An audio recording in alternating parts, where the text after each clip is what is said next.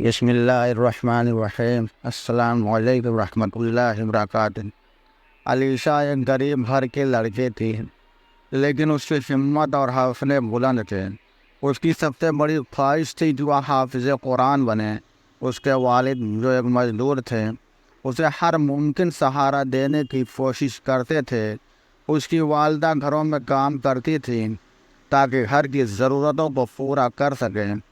ان کے حالات بہت اچھے نہیں تھے، مگر دل میں اللہ کا خوف اور قرآن کے لیے محبت ہمیشہ تھی۔ علیشہ نے بہت چھوٹی عمر میں قرآن پڑھنا شروع کیا۔ اسے یہ سمجھ نہیں آتا تھا کہ کیسے ایک کتاب اس کی زندگی بدل سکتی ہے، مگر اس کے دل میں ایک خاص احساس تھا۔ اس نے ٹھان لیا تھا کہ وہ ہر حال میں حافظ قرآن بنے گی۔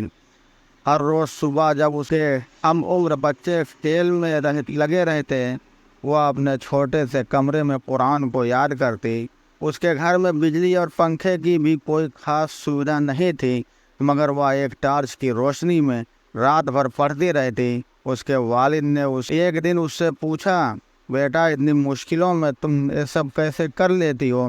علیشہ مسکرائی اور کہا، اللہ مجھ سے خوش ہوں گے اور یہ سب میرے لیے آسان بنا دیں گے۔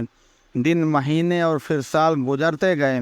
علیشہ نے دھیرے دھیرے قرآن کو یاد کرنا شروع کر دیا۔ اس کی ہمت اور لگن دیکھ کر مسجد کے مولوی صاحب بھی حیران رہ گئے۔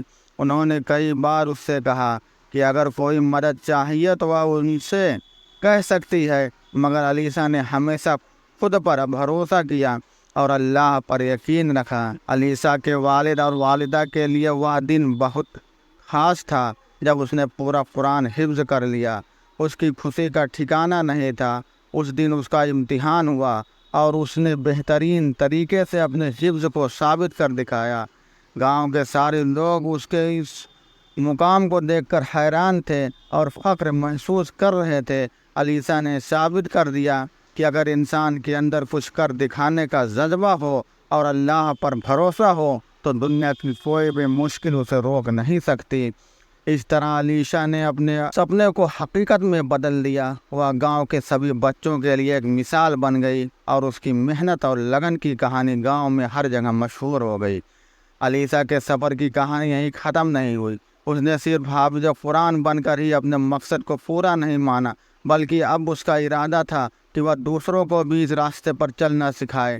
حافظہ بننے کے بعد علیشہ کا دل اپنے گاؤں کے بچوں کو قرآن پڑھانے میں لگنے لگا۔ اس نے دیکھا کہ بہت سے بچے غریبی اور ان مشکلوں کی وجہ سے قرآن کی تعلیم سے دور تھے۔ اس نے اپنے ماں باپ کی اجازت مانگی کہ وہ گاؤں کے بچوں کو اپنے گھر میں ہی تعلیم دینا شروع کرے۔ اس کے والد اور والدہ نے اس کی لگن دیکھ کر خوشی خوشی اجازت دی۔ علیشہ نے ایک چھوٹا سا کمرہ صاف کر کے اسے مدرسے کا روپ دے دیا۔ وہاں اس نے بچوں کے بیٹھنے کے لیے پرانی دری اور کچھ کرسیاں رکھی جو اسے اپنے رشتہ داروں سے ملی تھی۔ اس کے پاس کتابوں اور قرآن کے نسخے بھی سیمت تھے، لیکن اس نے طے کر لیا تھا کہ کسی بھی طرح سے پڑھائی شروع کرنی ہے۔ دھیرے دھیرے گاؤں کے بچے اس کی کلاس میں آنے لگے۔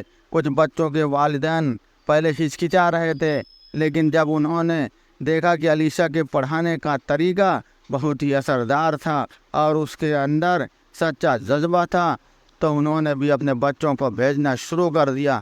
علیشہ نہ صرف قرآن کی تعلیم دیتی تھی، بلکہ انہیں اچھے چرتر اور آدرشوں کی بھی شکشا دیتی تھی۔ وقت گزرتا گیا اور علیشہ کے مدرسے میں بچے پڑھائی کے ساتھ ساتھ اچھے انسان بننے کی راہ بھی سیکھنے لگے۔